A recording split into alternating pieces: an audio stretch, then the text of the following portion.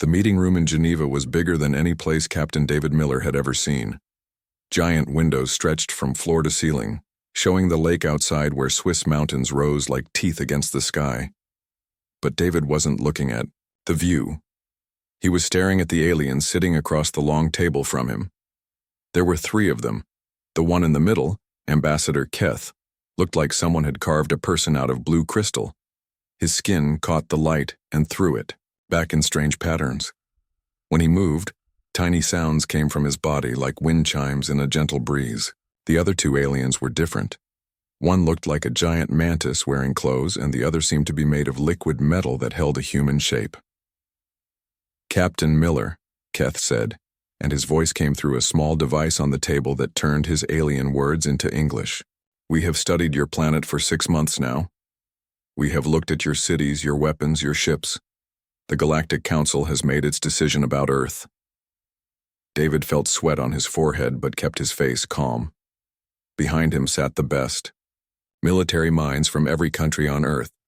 General Roberts from America, Colonel Singh from India, Marshal Volkov from Russia, and 20 others. They had all agreed that David would do the talking. He was good with words, and more importantly, he was good at not showing what he really thought. "We're honored by your attention," David said carefully.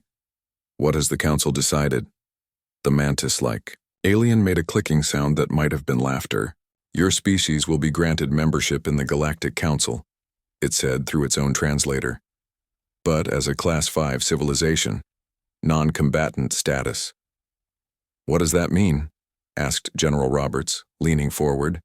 Keth's crystal fingers tapped the table. "It means you can trade with other worlds. You can visit our space stations. You can learn from us and sell us your goods. But you cannot expand beyond this solar system without permission. You cannot build military ships. You cannot claim new worlds as your own." The liquid metal alien spoke for the first time. Its voice sounded like water running over stones. "This is for your own protection, humans, and for ours. Your weapons are primitive. Your ships barely work outside your own atmosphere. If you tried to fight the real powers in the galaxy, you would be destroyed in minutes." David nodded slowly. "I see. And what if we don't accept these terms?" "Then you stay here," Keth said simply. "Forever. Cut off from the galaxy. No trade, no knowledge, no contact with other worlds. Your choice." The room went quiet. David could hear the clock on the wall ticking. Outside, a bird called to its mate. Inside, the future of humanity hung in the balance. "May I ask what you found when you studied our weapons?" David said. The mantis alien made that clicking sound again. "Chemical explosives. Metal projectiles fired by expanding gas. Simple rockets that can barely reach your own moon. No energy. Shields. No plasma weapons. No quantum drives. Nothing that could threaten even our smallest patrol ships. Your largest military vessel," added the liquid alien, "has less firepower than our cargo transports. Your most advanced fighter jet moves slower than our emergency medical ships." Keth leaned forward, and the light caught his crystal face in a new way. "You are not weak humans. You have other gifts. You are excellent traders. Your music and art interest many species. Your food is surprisingly good. You solve problems in ways that amuse us. But dangerous? No. The Council has no fear of human weapons." David felt something cold settle in his stomach. Not fear. Something else. Something that felt like anger, but colder and more patient. "I understand," he said. "Do you accept the terms?" Keth asked. David looked back at the generals and admirals behind him. He saw the same cold thing in their eyes that he felt in his own chest. General Roberts gave him the tiniest nod. Colonel Singh's face showed nothing, but her fingers drummed. Once on the table, a signal they had agreed on. The other sat still as stone. "Yes," David said. "We accept." The aliens seemed pleased. The mantis made happy clicking sounds. The liquid alien's form rippled like water in a pond. Keth's crystal body chimed softly. "Excellent," Keth said. "We will send you the full treaty documents tomorrow. Trade can begin immediately. We have many goods your people will want. Better computers, new medicines, cleaner energy. In return, we want your coffee, your chocolate, and some of your music recordings. That seems fair, David said. As the aliens prepared to leave, Keth paused. One more thing, Captain Miller. The Council appreciates that you were honest about your military capabilities. Some species try to hide their weapons when we first meet. You showed us everything. Your ships, your guns, your bombs. This honesty is why we trust you as trading partners. David smiled. It was a real smile, warm and friendly. Of course, Ambassador Keth, we believe in being open with our new friends. After the aliens left, the room stayed quiet for a long time. Finally, General Roberts spoke. They think they saw everything, he said. They saw what we wanted them to. See? Colonel Singh replied. David stood up and walked to the window. The Swiss mountains looked peaceful in the afternoon sun. But he knew that deep inside those mountains, and in similar places around the world, humanity was building things the aliens had never imagined. Not because the humans were more advanced, they weren't, but because humans thought about war differently than anyone else in the galaxy. How long before the first trade ships arrive? Asked Marshal Volkov. 3 weeks, David said. That gives us time to set up the welcoming committees and to make sure our other projects stay hidden. The aliens really believe we showed them everything? Asked Admiral Park from Korea. David turned back to the room. His smile was different now, sharper, colder. They saw our best fighter jets and called them slow. They saw our biggest ships and called them weak. They saw our nuclear weapons and called them primitive. They never asked about the things we didn't show them. Like what? Asked General Roberts, though he already knew the answer. Like what happens when you give humans 2 years to prepare, David said. Like what we can build when we know we're being watched. Like how we hide things in plain sight. He walked back to the table and picked up the translator device the aliens had left behind. It was small, elegant, clearly advanced technology. He turned it over in his hands. They think we're honest because we showed them our weapons, he said. But we didn't show them our minds. We didn't show them how we think. We didn't show them that humans don't just build weapons to fight wars. We build everything to fight wars when we have to. The room was silent again. Outside, the sun was setting behind the mountains, painting the sky red and orange. Inside, the leaders of Earth's military sat in the growing darkness and smiled. 2 years, General Roberts said finally. 2 years, David agreed. They want to see our trade goods, our peaceful little cargo ships, our friendly merchant crews. They'll get all of that, but they'll also get something else, something they never thought to look for. What's that? Asked Colonel Singh. David set down the translator and looked at each person in the room.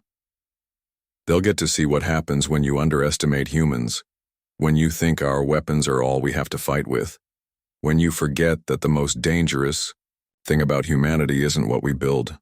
What is it then? Asked Admiral Park. David's smile was cold as winter now. It's what we do when someone tells us we can't fight. The meeting ended and the leaders went back to their countries. But the message they carried was the same everywhere. The aliens thought they knew what human weapons looked like. Soon, they would learn the difference between human weapons and human warfare. And that was a lesson the galaxy would never forget. 2 years had passed since the aliens first came to Earth.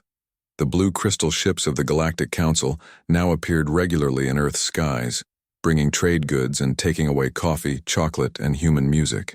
To anyone watching, it looked like a peaceful arrangement. Humans sent up small cargo ships filled with Earth products. Aliens sent down advanced computers and medical equipment. Everyone seemed happy. Admiral Kate Stone stood on the observation deck of Luna Station, looking out at Earth through the thick glass. The space station orbited the moon, officially serving as humanity's main trading post with alien visitors. Ships came and went every day, human cargo vessels heading out to alien worlds, council inspection teams checking Earth's military capabilities, trade delegations from a dozen different species. What the aliens didn't see were the other ships. The ones that left from the dark side of the moon when no council vessels were watching. The ones that traveled to places not marked on any official star charts. The ones that carried cargo the aliens would never think to look for. "Admiral," called Captain Tom Harris as he walked onto the deck. "The morning reports are in." Kate turned from the window. Tom was one of her best officers, a quiet man who had spent the last 2 years learning to think like the aliens did. Was a useful skill? "What do the council inspectors want to see today?" she asked. "Same as always. Our weapons factories, our shipyards, our military bases. Ambassador Keth wants to verify that we're following the non-combatant agreement." Kate smiled. The aliens had been very clear about what they considered weapons. Energy guns, plasma cannons, quantum missiles, shield generators, all the standard tools of galactic warfare. They had searched Earth thoroughly and found none of these things. What they had found were human weapons, bullets, bombs, rockets, and nuclear missiles. All primitive by galactic standards. "Show them everything they want to see," Kate said. "Take them to the Nevada test site. Let them watch us blow up old tanks with our primitive explosives. Take them to Norfolk Naval Base. Show them our biggest aircraft carriers. Let them measure our fastest jets." Tom nodded. "They always seem amused by our technology." "Good. Let them stay amused." As Tom left to prepare for the inspection, Kate looked back out the window. Far below, she could see the lights of cities on Earth's night side. What the aliens couldn't see from up here were the new factories hidden underground. The research, labs built inside mountains, the shipyards constructed in deep ocean trenches. Humanity had spent 2 years learning to hide in plain sight. Her communicator buzzed. "Admiral Stone, this is Colonel Mike Chen calling from Asteroid Mining Station 7. Kate pressed the reply button. "Go ahead, Colonel." "We have a problem. Long-range sensors are picking up a fleet movement in the Kepler sector. 40 ships all armed heading toward Council Research Station Alpha." Kate felt her stomach drop. Research Station Alpha was home to 3,000 scientists from 12 different alien species. It was supposed to be neutral territory, protected by the Council's treaties. If someone was attacking it, the situation was already bad. "Who's attacking?" she asked. "Drakmari Syndicate. Pirates, but well-organized ones. They've been raiding Council ships for months, but this is their biggest move yet." The Drakmari were trouble. Kate had read the intelligence reports. They were a warrior species that refused to join the Council, preferring to take what they wanted by force. Their ships were fast, their weapons were powerful, and they didn't care about treaties or civilian lives. "What's the Council's response time?" 3 weeks minimum. Their nearest fleet is on the other side of the sector." Kate closed her eyes. 3,000 innocent beings would die, and there was nothing the official Galactic Council could do about it. The Drakmari had timed this perfectly. "Admiral," Tom's voice came through her communicator. "Ambassador Keth is here for the inspection." Kate opened her eyes. Through the station's windows, she could see the elegant blue crystal ship of the Council, delegation docking with Luna Station. In a few minutes, she would be shaking hands with aliens who considered humans harmless. She would be smiling and making polite conversation while 3,000 people died, unless she did something the aliens would never expect. "Tom, tell Ambassador Keith I'll be right there. But first, patch me through to Captain David Miller on Earth." A moment later, David's voice came through the communicator. He was now in charge of humanity's peaceful space operations, officially managing trade and diplomatic relations. "Kate, what's the situation?" "We have a crisis in the Kepler sector. Drakmari pirates are about to massacre a Council research station. The official response won't arrive in time." There was silence on the line. Kate could almost hear David thinking. "The Council specifically forbade us from military operations," he said finally. "Yes, they did, but they said nothing about rescue missions." Another pause. "How many ships would we need?" Kate smiled grimly. "All of them." "All of them?" "Kate, if we deploy the real fleet, the aliens will know we've been lying for 2 years. David, 3,000 innocent people are about to die, and, if we let it happen, the Drakmari will know the Council can't protect anyone. More attacks will follow. The whole sector will fall into chaos." She could hear David breathing on the other end of the line. Finally, he spoke. "Give me 5 minutes to make some calls. Then we'll see what our harmless species can really do." Kate cut the connection and headed for the docking bay where Ambassador Keth was waiting. She found the crystal alien examining a human cargo ship with his usual polite interest. "Admiral Stone," Keth said, his translator device turning his chiming voice into English. "Thank you for accommodating today's inspection. The Council appreciates your continued cooperation with our monitoring protocols." "Of course, Ambassador. We want to maintain the trust between our species." As they walked through the station, Keth asked his usual questions about human military capabilities. Kate gave her usual answers, showing him defensive installations, patrol craft, and communication arrays. All perfectly legal under the non-combatant treaty. All completely inadequate for real warfare. What Keth didn't see were the hidden communication, channels carrying orders across human space. He didn't notice the coded messages being sent to mining stations and trade outposts. He didn't realize that every cargo ship and research vessel in the human fleet was receiving the same command: report to Rally Point 7 immediately. "Your species continues to impress us with your peaceful intentions," Keth said as they toured the station's weapons storage, a room full of simple kinetic firearms and chemical explosives. Many young species try to challenge the established order when they first join the galactic community. Humans have shown remarkable wisdom in accepting your limitations. Kate nodded politely. "We understand our place in the galaxy, Ambassador. 3." Hours later, the inspection was complete. Keth's ship departed for Earth, carrying a report that would reassure the Council that humanity remained harmless and cooperative. Kate watched the crystal vessel disappear into the distance, then activated her personal communicator. "David, what's our status?" "The word is out. Every ship we have is moving toward Kepler sector. ETA is 18 hours. "How many ships are we talking about?" 107, Kate. Every vessel we've built in the last 2 years. Kate felt a chill run down her spine. 107 ships that the aliens had never seen, never imagined, never planned for. Ships built with human engineering and alien materials stolen from trade shipments. Ships designed not to match alien technology, but to beat it using purely human tactics. "The Drakmari won't know what hit them," she said. "Kate, once we do this, there's no going back. The Council will know we've been preparing for war since day one." Kate looked out at the stars, thinking about 3,000 innocent beings who were about to die if humanity did nothing. Then she thought about what Ambassador Keth had said. "Humans have shown remarkable wisdom in accepting your limitations." "David," she said, "maybe it's time the galaxy learned that humans don't accept limitations. We find ways around them." "Understood, Admiral. All ships are moving to intercept. We'll show the Drakmari what human warfare really looks like." As the communication ended, Kate remained at the window, watching the stars. In 18 hours, the galaxy would discover that humanity had been building more than just trade relationships. During their 2 years of peaceful membership in the Council, they had been building the tools of war, not the weapons the aliens expected, but something far more dangerous. They had been building an army that thought like humans. Captain James Park had been waiting for this moment for 2 years. He stood on the bridge of the UES Defiant, watching through the main screen as ships appeared from all directions. They came from asteroid fields where they had been disguised as mining operations. They emerged from behind moons where they had been hidden in the shadows.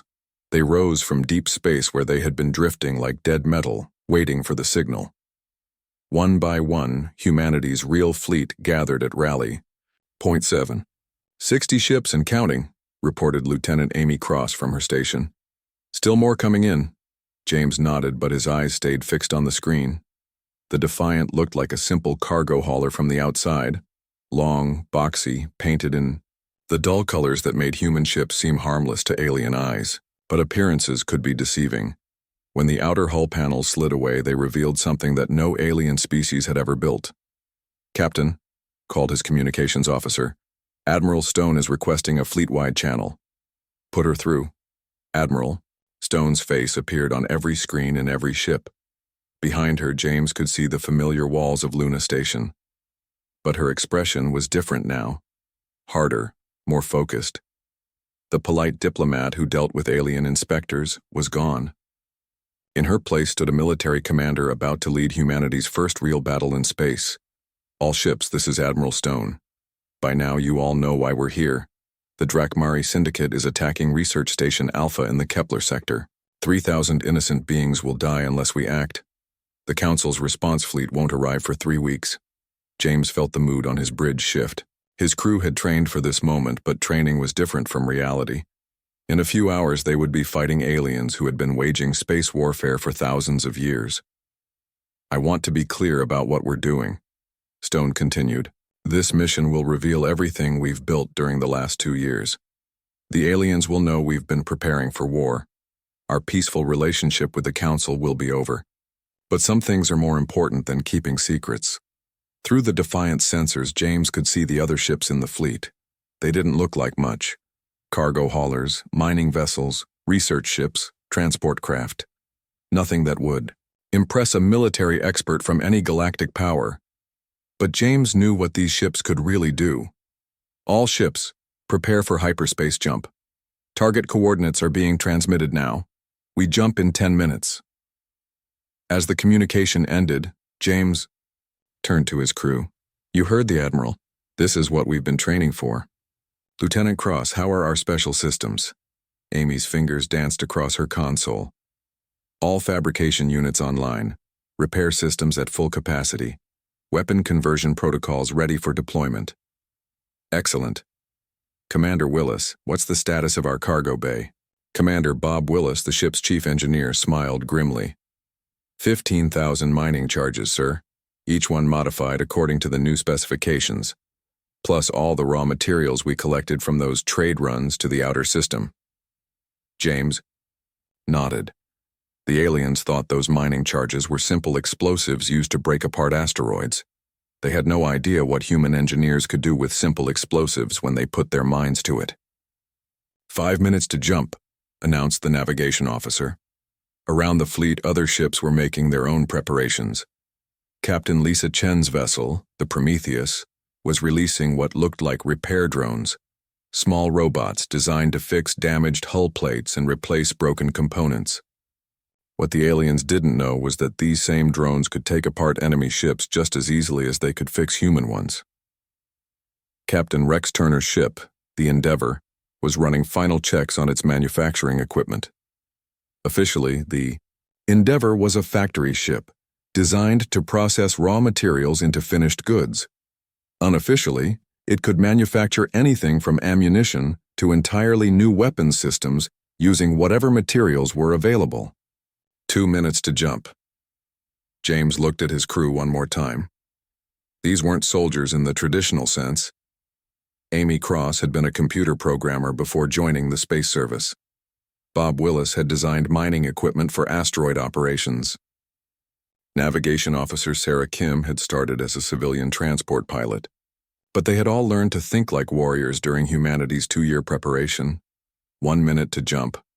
The Defiant's engines hummed with power.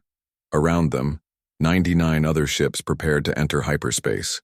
It was the largest fleet humanity had ever assembled, and the aliens had no idea it existed. Hyperspace jump in 10, 9, 8, 7, 6, 5, 4, 3, 2, 1. Jump. Space twisted around them. Stars became lines of light, then vanished entirely as the fleet entered the strange realm between normal space and somewhere else. For 30 minutes, they would travel faster than light toward a battle that would change everything. When they emerged, the Kepler sector spread out before them like a 3-dimensional map of light and darkness. Research Station Alpha hung in the distance, a collection of gleaming domes and connecting tubes that housed scientists from across the galaxy. But between the human fleet and the station, 40 Drakmari warships moved in perfect formation. My God, whispered Amy Cross. Those ships are huge. She was right. Each Drakmari vessel was 3 times the size of the largest human ship. Their hulls were covered in weapon systems that glowed with deadly energy. Shield generators created shimmering barriers around each ship. They moved through space like predators, confident and unstoppable. Fleet-wide communication, James ordered. All ships, this is Captain Park. You're seeing what we're up against. 40 ships, each one more powerful than anything we've ever built. Their weapons can destroy us in seconds. Their shields can stop anything we can throw at them. By every measure that matters in galactic warfare, we should run. He paused, looking at the Drakmari fleet on his screen. But we're not here to fight galactic warfare. We're here to fight human warfare, and that's something these pirates have never seen before. The communication channel crackled as other captains responded. Ready to show them what humans can do, Captain Park? My crew is standing by for your orders, sir. Let's teach these aliens about human creativity. James smiled. All ships implement Protocol 7. Let's show the galaxy what happens when you underestimate humans. Across the fleet, ship after ship began to change. Hull panels slid away to reveal hidden weapons, systems. Cargo bays opened to release clouds of modified mining equipment. Factory ships started producing new weapons using the raw materials they had been carrying as trade goods. The Defiant's transformation was the most dramatic. What had looked like a simple cargo hauler now bristled with weapons that no alien species had ever imagined. Not energy beams or plasma cannons, but something uniquely human. Captain, reported Amy Cross, long-range sensors show the Drakmari fleet is changing course. They're coming toward us. Good. Let them come. Communications. Signal all ships. Begin Phase 1 of the attack plan. The human fleet scattered like seeds in the wind. Instead of forming the tight battle formations that aliens expected, each ship became an independent threat. Some dove toward the nearest asteroid field. Others accelerated at impossible angles, using their small size and human engineering to move in ways that confused alien sensors. Drakmari fleet is trying to target us, reported the communications officer. Their weapons are designed for large ship combat. They're having trouble locking onto our small, fast-moving vessels. James watched the tactical display as his fleet spread out across the sector. This was the first test of human military doctrine in space. Don't fight the enemy's strengths, fight their weaknesses. All ships, you are free to engage. Show them what human weapons can really do. The battle for Research Station Alpha was about to begin, and the Drakmari were about to learn that humans didn't build weapons to match alien technology. They built weapons to win wars against aliens who thought they knew everything about warfare. In the distance, 40 massive warships prepared to destroy what they saw as a small, harmless fleet. They had no idea they were about to face something that would change their understanding of war forever. Commander Zalk of the Drakmari fleet stared at his tactical display with growing confusion. His 40 warships had been expecting either a surrender or a glorious battle against Council forces. Instead, they faced 100 small human vessels that were behaving like nothing he had ever seen in 3 decades of space combat. Sir, reported his weapons officer, the human ships are not forming battle lines. They're scattering in all directions. Some are heading for the asteroid field. Others are diving toward the gas giant's rings. A few are actually flying straight at us, but then veering away at the last second. Zalk's 4 eyes narrowed as he studied the display. Are they running away? I don't think so, sir. They're moving too deliberately. It looks like they have a plan. A plan? Zalk's laugh was a harsh sound that made his bridge crew flinch. What plan could these primitive beings have?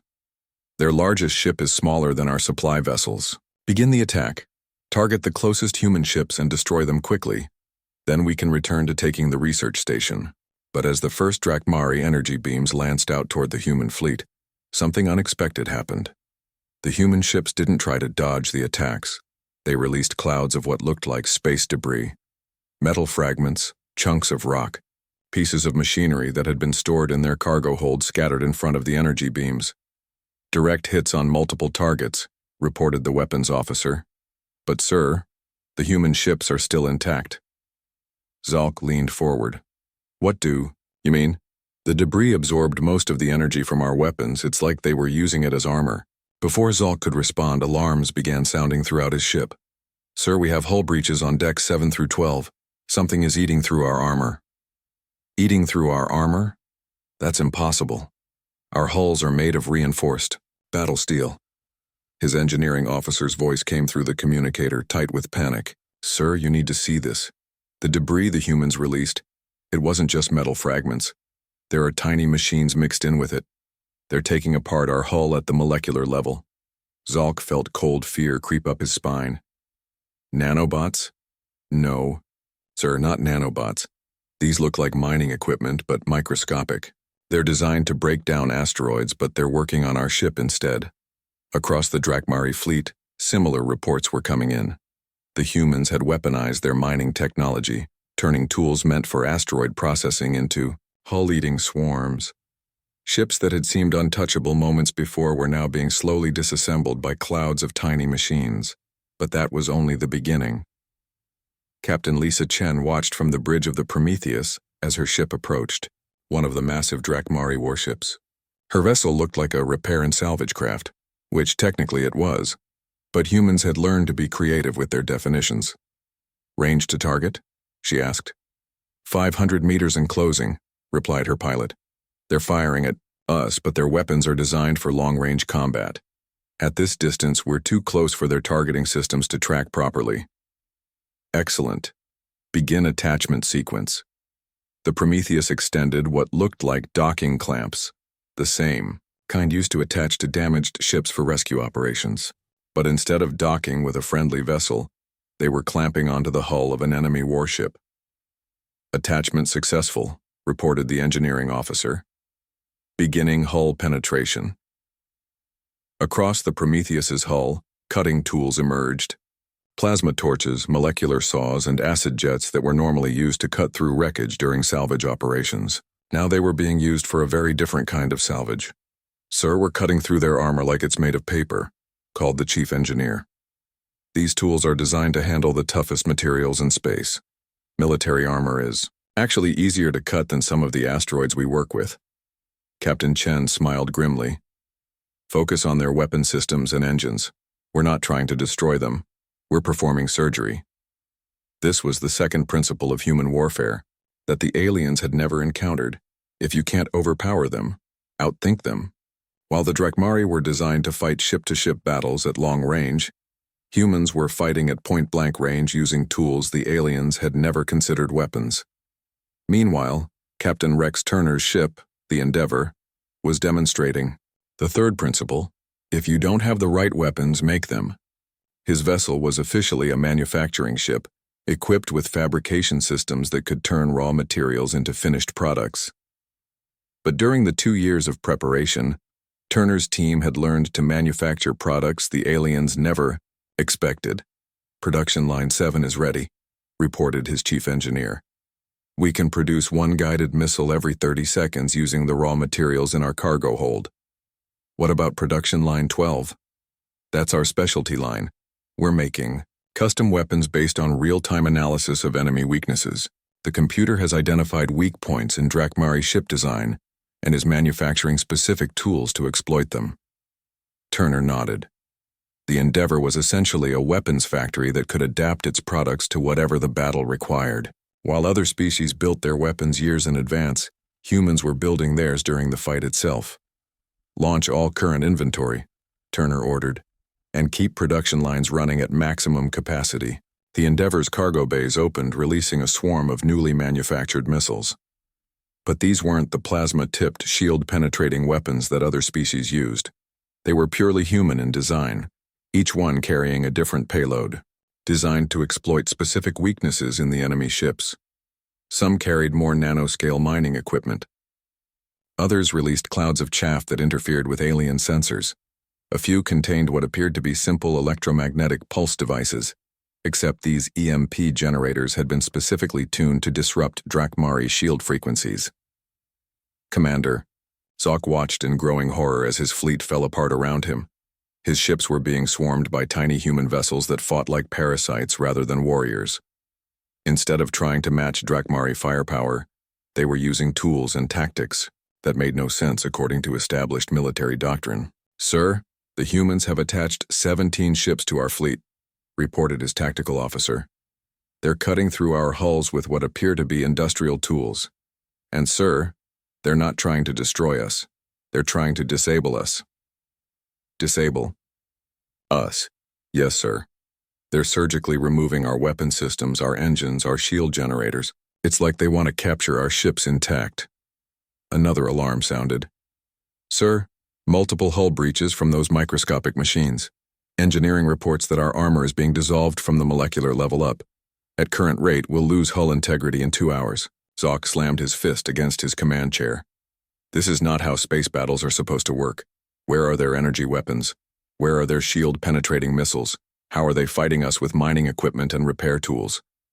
His communications officer looked up from her station. Sir, I'm receiving a transmission from the lead human ship. They're offering to discuss our surrender. Surrender? Zolk's voice rose to a roar. We have 40 warships. They have a collection of cargo haulers and repair craft. Sir, we've lost weapons capability on 12 ships. 8 more have lost engine power. The rest are being slowly eaten by those microscopic machines. At this rate, our entire fleet will be disabled within the hour. Zolk stared at the tactical display, watching as his mighty fleet was systematically dismantled by an enemy that was fighting a completely different kind of war.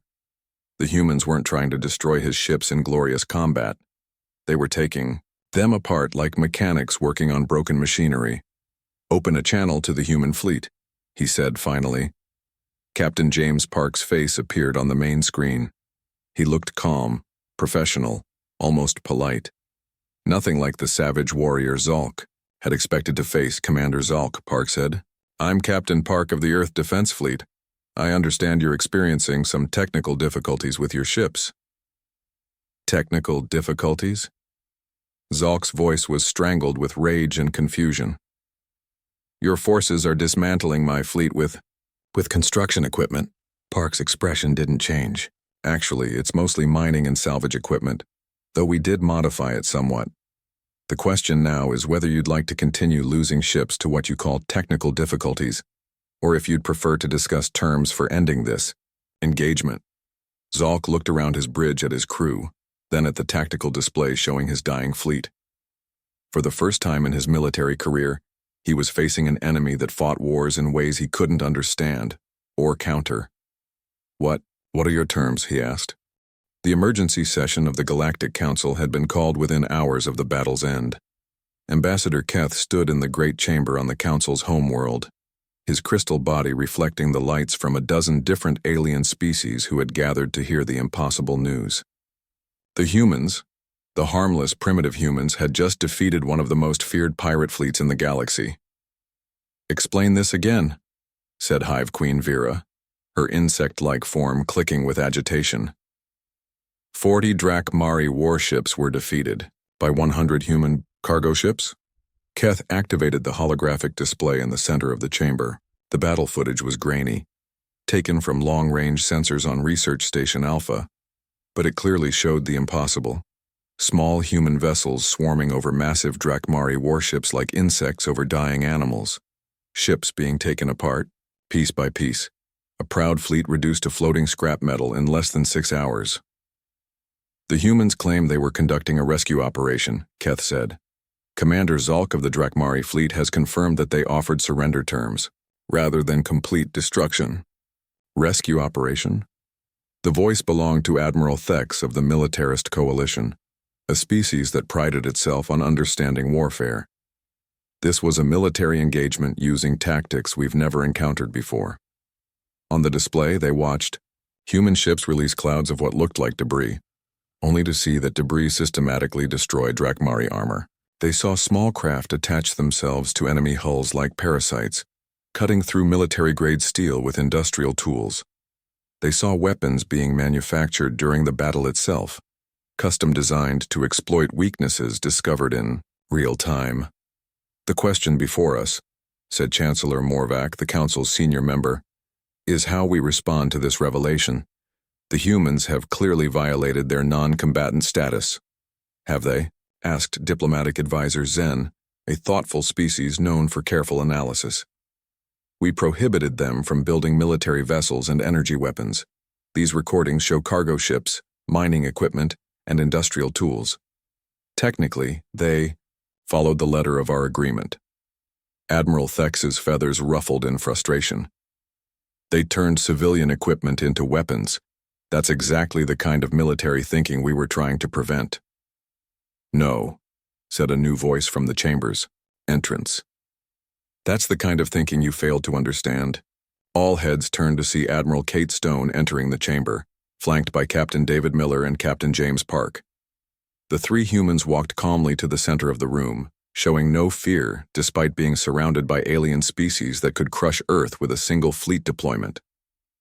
"Admiral Stone," Keth said, his translator device buzzing. "The Council did not authorize your presence at this session." "I requested permission to address the Council," Kate replied. "As the commanding officer responsible for the Kepler sector, engagement." "You mean the battle where you violated every term of your species' membership agreement," growled Admiral Thex. Kate looked directly at the alien military commander. "I mean the rescue operation where we saved 3,000 innocent lives while your mighty fleets were too far away to help." The chamber fell silent. It was true. The Council's response force wouldn't have arrived for weeks. Only the humans had been close enough to act. "Nevertheless," Chancellor Morvac said, "you deployed over 100 military vessels that were never reported to our inspection teams. You used weapons that you claimed not to possess. You engaged in ship-to-ship combat using tactics that violate the basic principles of civilized warfare." David Miller stepped forward. "Chancellor, may I ask what you consider the basic principles of civilized warfare?" "Fleet-to-fleet engagement using recognized weapon systems, energy beams, plasma, cannons, quantum torpedoes, ships fighting ships in open space according to established military doctrine." David nodded thoughtfully. "And what makes those weapons more civilized than ours?" "They are designed for military purposes by military engineers following military specifications," Admiral Thex snapped. "Not improvised from civilian equipment by mechanics and miners." James Park spoke for the first time.